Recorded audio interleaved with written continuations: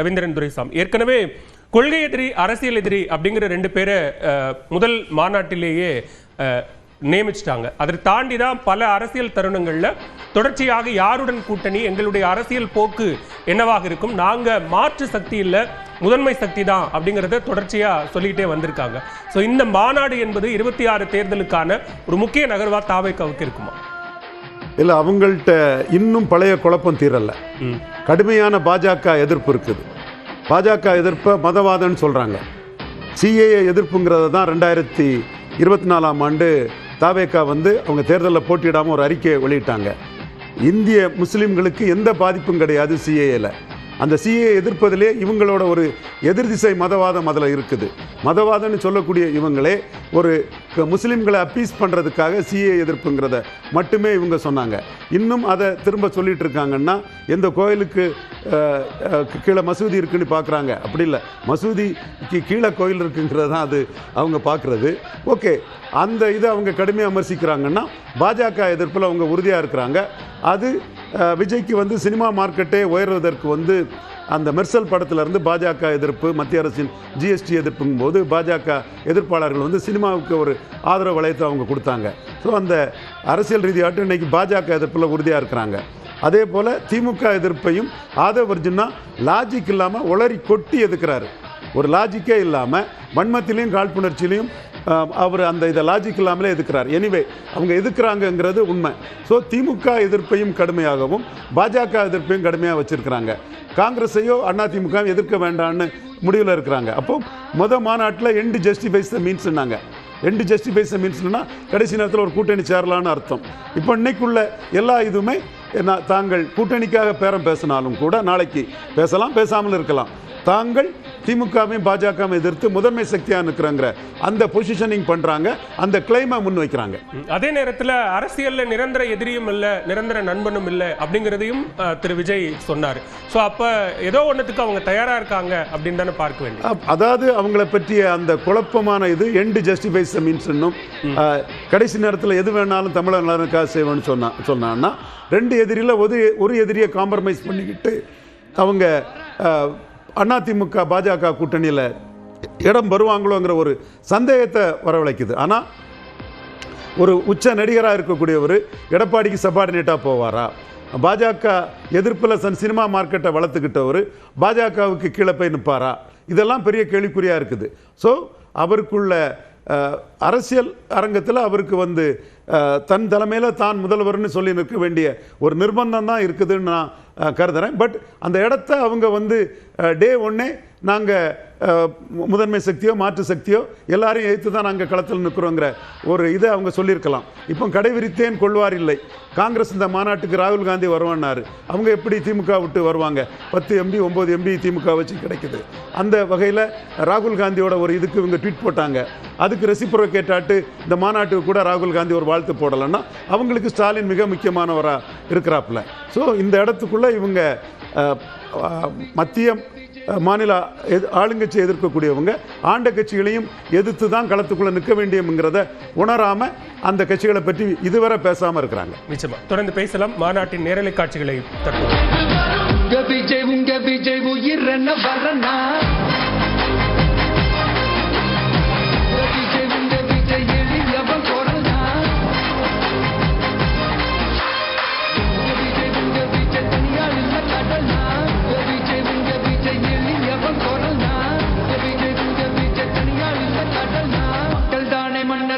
உனக்கு கட்ட வரனா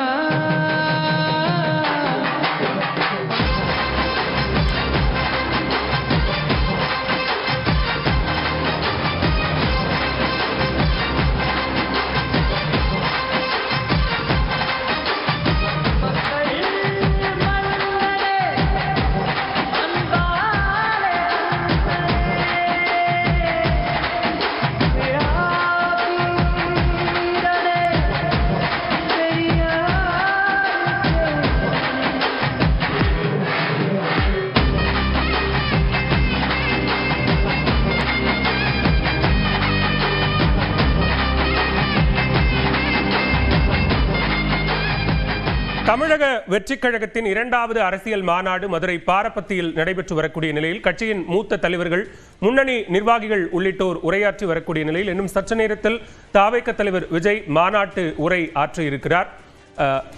ரவீந்திரன் துரைசாமி, இந்த மாநாட்டை பொறுத்த வரைக்கும் அவர்கள் முன்னெடுக்கக்கூடிய ஒரு அரசியல் கூட்டணி தொடர்பான ஒரு நிலைப்பாட்டையும் கூட சமீபத்தில் திரு விஜய் அவர்கள் அறிவித்தார். யாருடன் கூட்டணி, யாருடன் கூட்டணி இல்லை அப்படின்னு.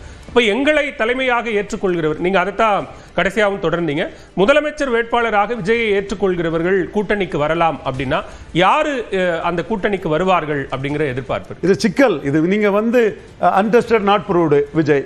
இப்போ இதே வரலான்னு ஒருத்தர் நினைச்சாங்க கூட விஜயை பார்த்ததும் கூட்டம் கலையுது.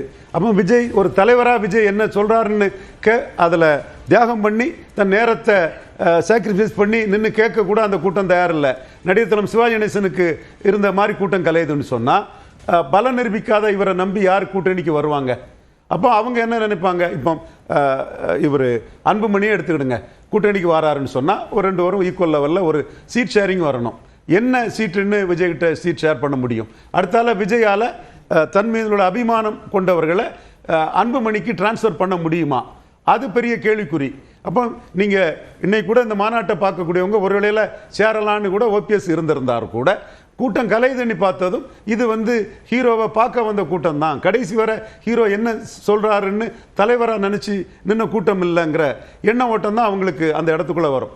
ஸோ பலம் நிரூபிக்காத விஜய் நம்பி மாநாட்டுக்கும் இந்த மாநாட்டுக்கும் இடையில யாரும் வரலையோ அதுபோல தான் அடுத்த மாநாட்டுக்கு இடையிலையுமே யாரும் வர்றதுக்கான சாத்தியக்கூறுகள் மிக மிக குறைவுன்னு தான் நான் கருதுறேன்.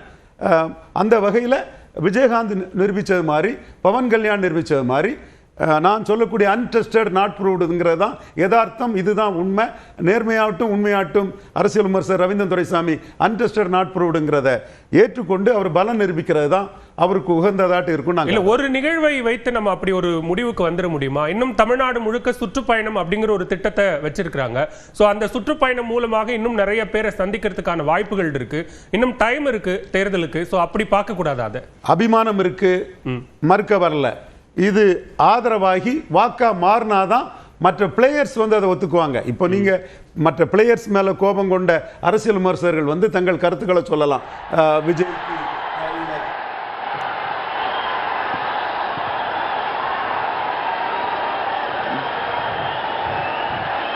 ஜனங்களின் நாயகனான ஜனநாயகன் எனும் ஜல்லிக்கட்டு காளைக்கு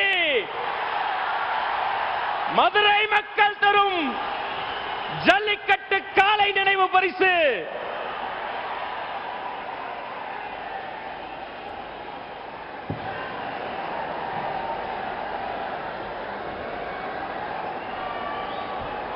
மதுரை மாவட்டத்தின் அனைத்து நிர்வாகிகளும் ஒன்றாக சேர்ந்து